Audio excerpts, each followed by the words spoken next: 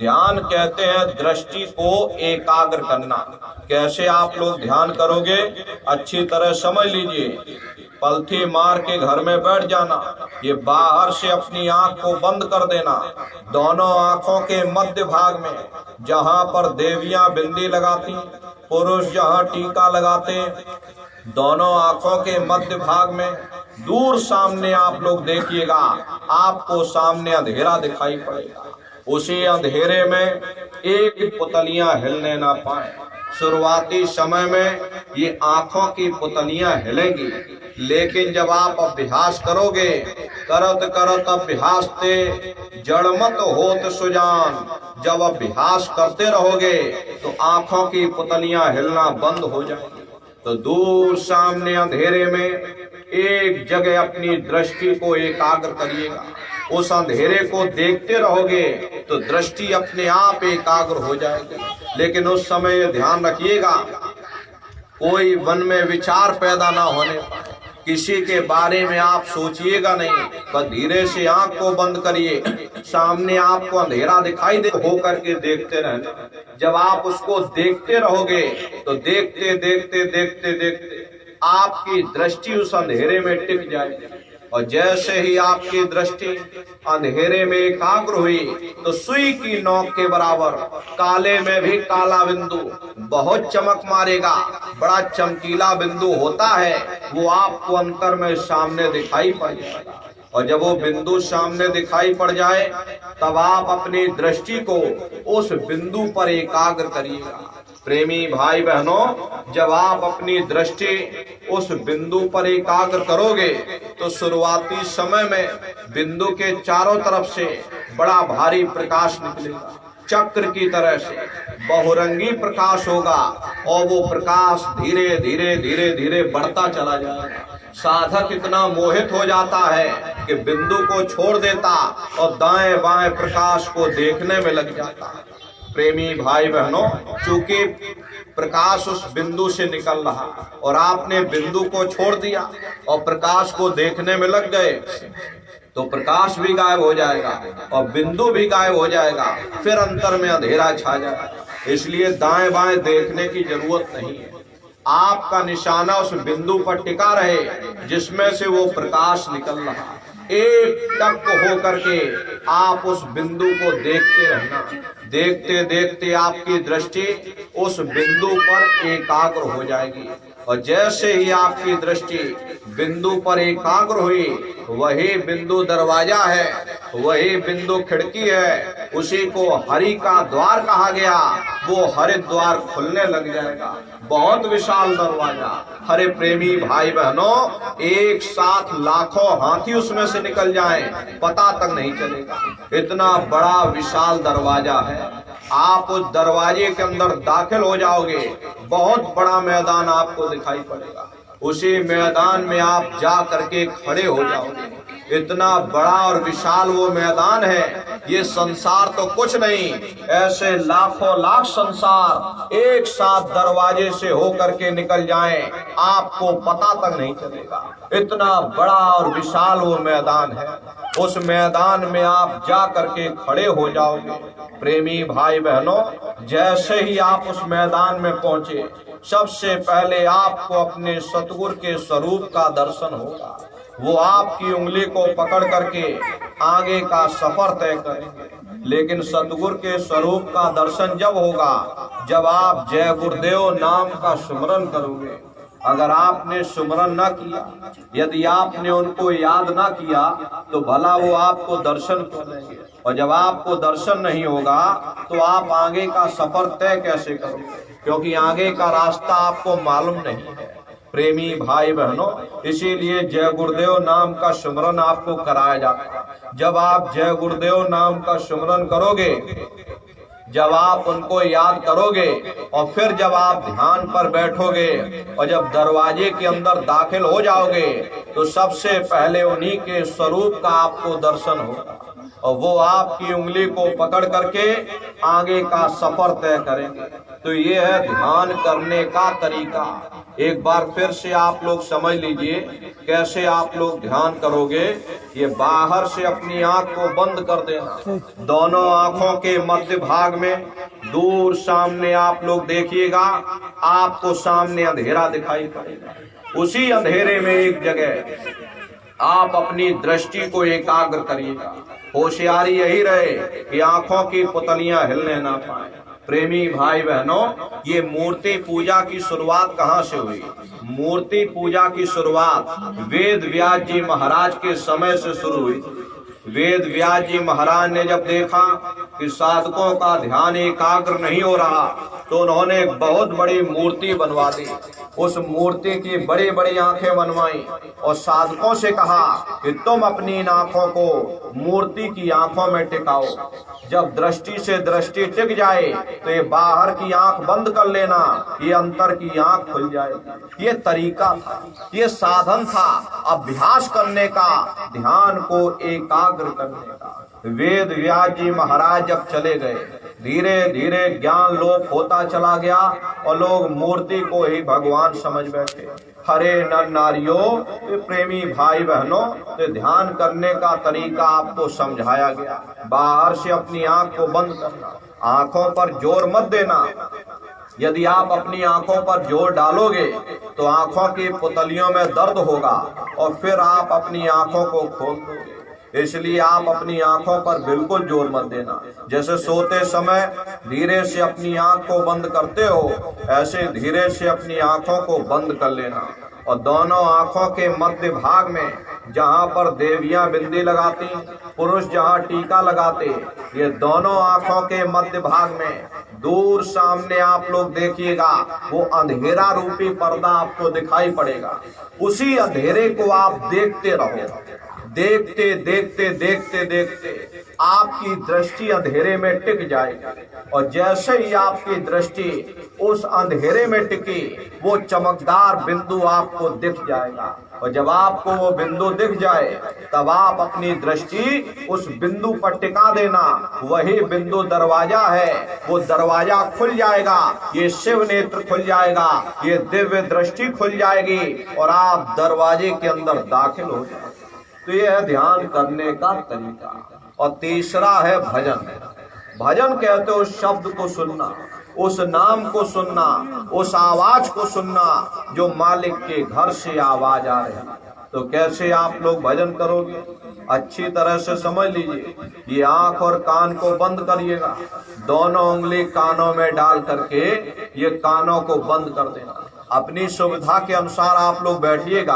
कुर्सी पर चाहे कुर्सी पर बैठ जाओ, सोफे पर चाहे सोफे पर बैठ जाओ, या कोई कड़ा तकिया नीचे रख लो और दोनों कोहनी उसके ऊपर रख करके दोनों उंगली कानों में डाल के कानों को बंद कर लो। अब बहुत सी माताएं बहनें बूढ़े बुजुर्ग, मान लो आपके घुटनों में दर्द होता या रीढ़ की हड्डी में दर्द होता, आप बैठ करके भजन नहीं कर पाते हो तो आप लेट करके भजन करिए।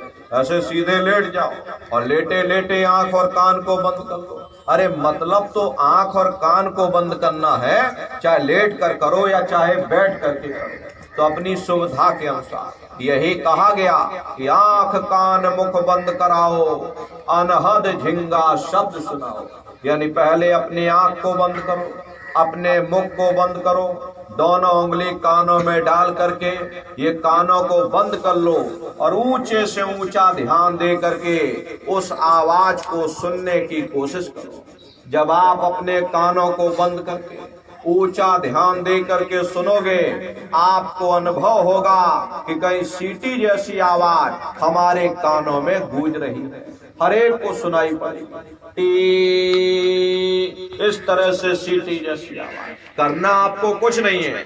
लेटे हो चाहे बैठे हो, आप सिर्फ उस आवाज को सुनते रहना। सुनते सुनते सुनते सुनते आप उसी में लीन हो जाओ। जब आप उसमें लीन हो जाओगे तो कुछ समय बाद में आपको फिर दोबारा अनुभव होगा कि कहीं बड़ी दूर से एक महीन आवाज, घंटे और शंख की आवाज हमारे कानों में गूंज रही है। जैसे मंदिरों में घंटियां बजती हैं, टन टन टन टन टन, इस तरह से घंटे और शंख, उसी घंटे शंख की आवाज को महात्माओं ने शब्द या नाम कहकर याद किया। लिखा गया है कि प्रेमी भाई बहनों, पोथी पढ़ पढ़ जग मुआ और पंडित भया न कोय, और 2.5 अक्षर प्रेम का पढ़े सो पंडित होए। 2.5 अक्षर का मतलब प्रेम नहीं होता, प्रेम में तो मात्रा है। 2.5 अक्षर को महात्माओं ने शब्द कहा, शा आदा बा और दा। प्रेमी भाई बहनों, उसी घंटे शंख की आवाज को महात्माओं ने शब्द कहकर के याद किया। उसी घंटे शंख की आवाज को महात्माओं ने नाम कहकर के याद किया कि कलयुग केवल नाम यधारा और सुमेर सुमेर नरोत्तर ही पारा। कलयुग में केवल नाम का आधार है और वो नाम तुम्हारे अंदर रात और दिन धुनकारें दे रहा। प्रेमी भाई बहनों, उसी घंटे शंख की आवाज को मुसलमान फकीरों ने कलमा कहकर याद किया। उसी घंटे शंख की आवाज को ईसा मसीह साहब ने वर्ड या लागस कहकर याद किया। उसी घंटे शंख की आवाज को गुरु नानक साहब ने धुर की वाणी सच्ची वाणी अनहद वाणी कहकर याद किया। उसी घंटे शंख की आवाज को हिंदू महात्माओं ने देववाणी आकाशवाणी कहकर याद किया। चीन में जो महात्मा हुए उन्होंने इसको ताओ कहकर याद किया। उन अलग अलग महात्माओं ने अपनी अपनी भाषा में अपने अपने कौम मजहब मुल्कों में बैठ करके हम जीवों को समझाने की कोशिश की कि भाई वो शब्द वो नाम तुम्हारे अंदर रात दिन धुनकारें दे रहा। आप उस आवाज को सुनने की कोशिश करो। प्रेमी भाई बहनों, जब आप उस आवाज को सुनोगे, घंटे शंख की आवाज को सुनोगे, तो शुरुआती समय में मालूम होगा कि कहीं बड़ी दूर पर घंटियां बजेंगी, लेकिन सुनाई हर एक को पड़ेगी। जब घंटे शंख की आवाज सुनाई पड़ने लग जाए, तब सीटी की आवाज को छोड़ देना और घंटे शंख की आवाज को पकड़ लेना, उसको आप सुनने लग जाना। जब आप उसको सुनने लग जाओगे तो सीटी की आवाज धीरे धीरे बंद हो जाएगी और घंटे शंख की आवाज बढ़ने लगेगी। बढ़ते बढ़ते इस कदर बढ़ेगी कि आपके रोम रोम में वो घंटे और शंख की आवाज गूंजने लगेगी। बड़ी घनघोर आवाज होती है। प्रेमी भाई बहनों, बड़ी मधुर वो आवाज होती है। इतना नशा है उस आवाज में, जब आप उस आवाज को सुनोगे, आप उस आवाज में इतना खो जाओगे कि उस आवाज को सुनते सुनते आप सारी दुनिया को भूल जाओगे, क्योंकि उस आवाज में कशिश है। यहाँ तक कि आप अपने शरीर को भी भूल जाओगे, इतना उस आवाज में कशिश है। वो शब्द चुंबक है, वो आपको अपनी ओर खींचेगा और जब खिंचाव होगा तो जीवात्मा का फैला हुआ प्रकाश ये 9 द्वारों से सिमटने लगेगा। ये 9 द्वार कौन कौन से? 2 आंख, 2 कान, 2 नाक के सुराख, 1 मुंह और 2 मलमूत्र का रास्ता, ये शरीर के 9 दरवाजे। सबसे पहला दरवाजा गुदा चक्र आता है। गुदा चक्र में गणेश जी वास करते हैं।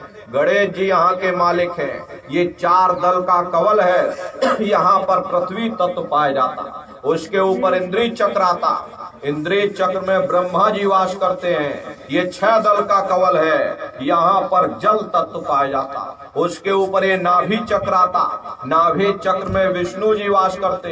ये 8 दल का कवल है। यहाँ पर अग्नि तत्व पाया जाता। उसके ऊपर ये हृदय चक्र आता। हृदय चक्र में शिव जी वास करते।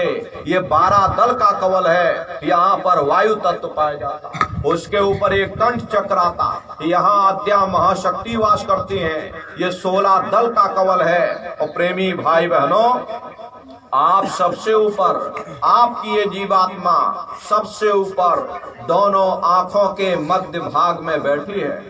यहीं पर बैठ करके जीवात्मा अपने प्रकाश को इन चक्रों में फैलाती है, जिससे आपका ये शरीर चलता, आपके हाथ और आपके पैर चलते। जब आप उस शब्द को सुनोगे, घंटे और शंख की आवाज को सुनोगे, उस आवाज में कशिश है, वो शब्द चुंबक है, वो आपको अपनी ओर खींचेगा।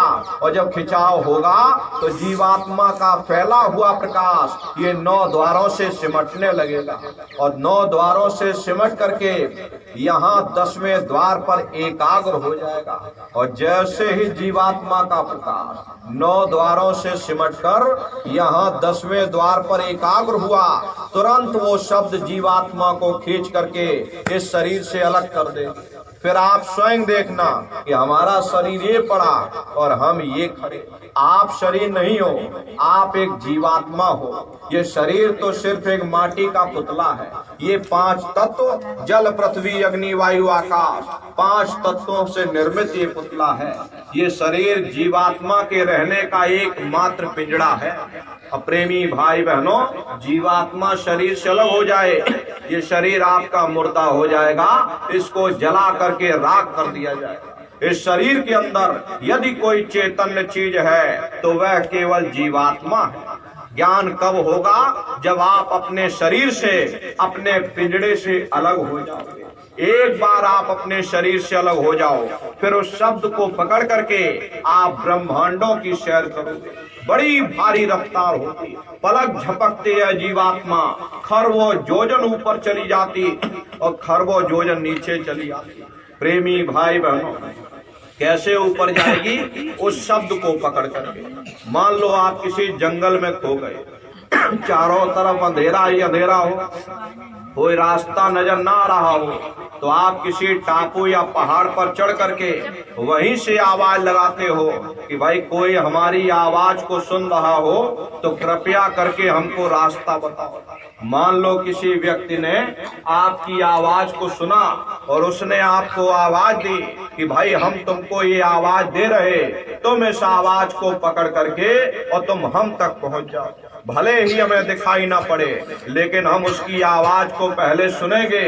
वो आवाज पूरब से आ रही या पश्चिम से आ रही, और फिर उस आवाज को पकड़ करके हम उसी जगह पहुंच जाएंगे जहां पर वो व्यक्ति आवाज दे रहा। ठीक उसी प्रकार से इस हरि मंदिर के अंदर वो परमात्मा आवाज दे रहा, इस कुदरती काबे के अंदर वो खुदा आवाज दे रहा। जब ये जीवात्मा, ये रूह उस आवाज को सुनेगी, उस आवाज को पकड़ करके ये जीवात्मा वहीं पहुंच जाएगी जहां वो परमात्मा बैठा हुआ, जहां वो खुदा बैठा हुआ। यही रूहानियत का सच्चा भेद है। यही महात्माओं ने समझाया कि भाई हमें जो कुछ मिलेगा सूरत शब्द नाम की कमाई के द्वारा मिलेगा।